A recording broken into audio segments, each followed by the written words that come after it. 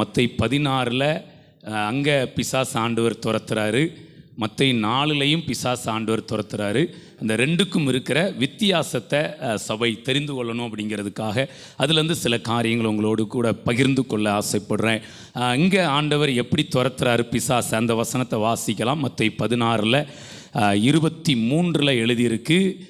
இயேசுவோ திரும்பி பேதுருவை பார்த்து, எனக்கு பின்னாக போ சாத்தானே, நீ எனக்கு இடரலாயிருக்கிறாய். தேவனுக்கு ஏற்றவைகளை சிந்தியாமல் மனுஷருக்கு ஏற்றவைகளை சிந்திக்கிறாய் என்றார். ஓகே, இப்போ வாசிக்கப்பட்ட இந்த பகுதியிலேருந்து, இந்த அதிகாரத்திலேருந்து இந்த வசனத்தை எடுக்கிறேன்.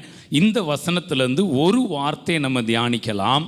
அவரோ திரும்பி பேதுருவை பார்த்து, எனக்கு பின்னாக போ சாத்தானே, இந்த வார்த்தையை மட்டும் மனசில் வச்சுக்கிறேன். ஓகே, இப்போ மத்தேயு 4 அதிகாரத்துக்கு வரலாம். அங்கே என்ன சொல்லியிருக்கிறார் அப்படின்னு சொல்லி பார்க்கலாம்.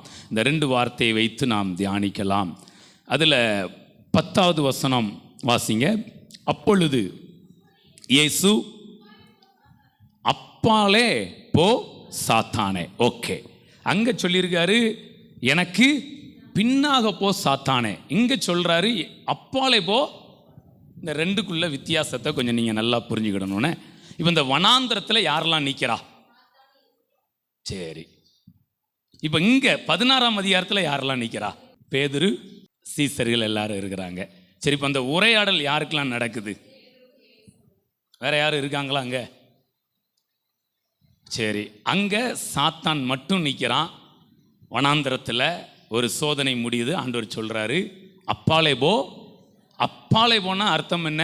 ஏரியா பக்கமே என்ன பண்ணிடாத, நின்றாத, வந்துடாத, அப்பாலே போ, என் பக்கத்தில் என்ன பண்ணிடாத, நின்றாத அப்படின்னு சொல்லி ரொம்ப ஸ்ட்ராங்காக சொல்கிறாரு அப்பாலே போ சாத்தானே.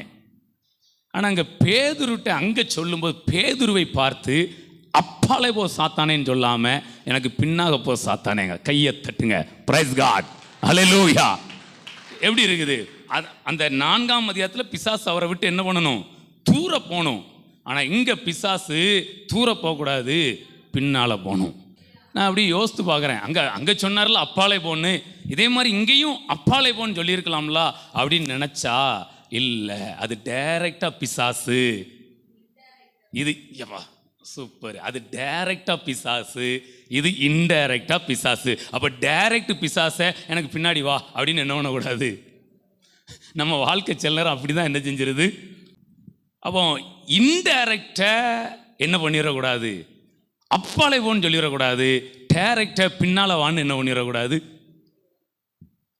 இந்த ரெண்டுலேயும் நம்ம கவனமாக என்ன பண்ண வேண்டியிருக்கு. ஜஸ்ட் இந்த டீச்சிங்கை இப்போதைக்கு எடுத்துக்கிடுங்க.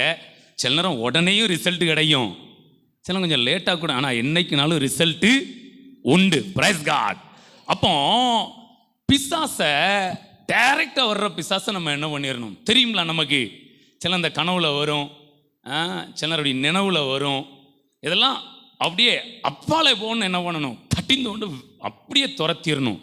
ஆனால் இன்டைரக்டா நம்ம கூட இருக்கிறவங்க மூலமாக வந்தால் அதை அப்பால போன்னு சொல்லிடக்கூடாது, பின்னால் போன்னு சொல்லணும். Praise god. அதுக்காக முன்னாடியே போயிட்டு இருக்குன்னு என்ன பண்ண முடியாது. நம்ம பிசாசை அப்பாலே போன்னு சொல்லணும், மனுஷங்க மூலமாக வர்ற பிசாசை பின்னாடி போன்னு சொல்லணும். அப்படின்னா அர்த்தம் என்ன தெரியுமா? நீ எனக்கு என்ன பண்ணுற, இடரலா, என்னால் என்ன சொல்லல, முன்னாடி போக முடியாத அளவுக்கு பேதுருவே நீ எனக்கு இடரலா இருக்கிற, அதனால் நீ என்ன பண்ணு, கொஞ்சம் எனக்கு சைடு விட்டுட்டு எனக்கு பின்னாடி வா அப்படிங்கிறார். நிறைய இடத்துல பார்த்தீங்கன்னா பைபிளில் எழுதியிருக்கும், சீசர்கள் அவருக்கு பின் சென்று ஏறினார்கள். ஏன் சும்மா படகுல அவங்க வாட்டுக்கு ஏற வேண்டியது தானே? ஹல்லேலூயா, பிரைஸ் காட்.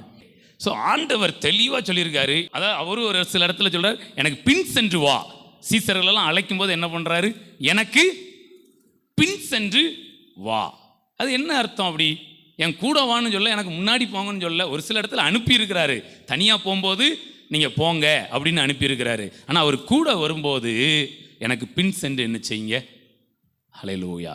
சிலர் பின் சென்று பின்னாடியே என்ன பண்ணிடுவாங்க, நம்ம வாட்டுக்கு பின் சென்று வாங்க அப்படின்னு சொல்லிட்டு போயிட்டே இருப்போம். திடீர்னு சோலேஸ்வரில் போயிட்டு ஒரு டீ, எத்தனை டீ அப்படின்னோம்னா ஆட்களை என்ன செய்யாது, 40 டீனா 40 டீயும் எப்பவும் ஆர்டர் பண்ணுற மாதிரி என்ன செய்யணும்? சோலைசேரில் நின்று டீ குடிக்கணும்னாலும் 40 டீ ஆர்டர் பண்ணணும். ஆலங்குளத்தில் மதியம் சாப்பிட்டாலும் 40 பிரியாணி என்ன பண்ணணும்? ஒரு ஆள் ஊத்துமலைக்கு போயிட்டாங்கன்னு என்ன பண்ணக்கூடாது? என்ன புரிஞ்சிட்டீங்க? இப்போ பின்னால் வரணும். சரிங்களா? அதாவது இப்போ இயேசுக்கு பிசாசு தேவையா? சொல்லுங்க. இயேசு பிசாசு தேவையா? தேவையில்லை. ஆனால் அவன் வருவான், வந்து சில வேலையெல்லாம் பார்ப்பான். ஆனால் நம்ம வேலை அப்பாலே போன்னு என்ன பண்ணணும்? அந்த அதிகாரத்தை நாவல் ஆண்டவர் என்ன பண்ணியிருக்காரு? ஆயத்து மருந்து இப்பாலே வான்னு என்ன பண்ணிடக்கூடாது? சொல்லிவிட அப்பாலே போ சாத்தானேன்னு சொல்லணும். அப்புறம் நம்ம கூட இருக்க மனுஷங்க தேவையா தேவையில்லையா? யாராக இருந்தாலும் தேவைங்க. Praise God.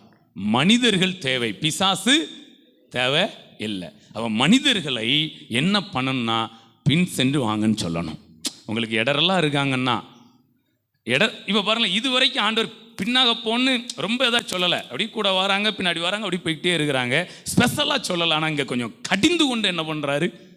சொல்கிறாரு, எனக்கு பின் சென்று அதனால் கூட இருக்கிறவங்கள ஆதரிங்க, அரவணைங்க, என்ன நடந்தாலும் சரி கொஞ்சம் பின்னாடி வாங்கன்னு இன்னும் கொஞ்சம் டோனெல்லாம் மாற்றிடுவானே.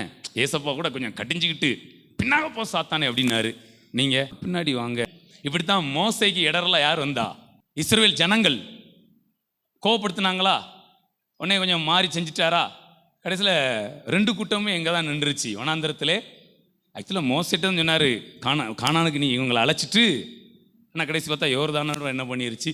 அப்போ ஒருத்தருக்கு ஒருத்தர் இடரெல்லாம் மாறும்போது எல்லாருடைய பயணமுமே என்ன பண்ணுது? ஏதோ ஒரு இடத்துல ஒரு பக்கம் தாமதப்படலாம், இன்னொரு பக்கம் நிறுத்தப்படலாம். அதனால் நம்முடைய பிரயாணம் தாமதப்படுவதோ நிறுத்தப்படுவதோ அல்ல, நம்ம போய்கொண்டே.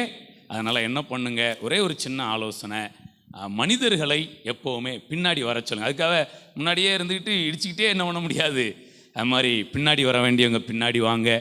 கரெக்டாக அப்படியே அந்தந்த நேரத்தில் நம்ம கரெக்டாக அண்டர்ஸ்டாண்ட் பண்ணி நம்ம போவோம். ஒரு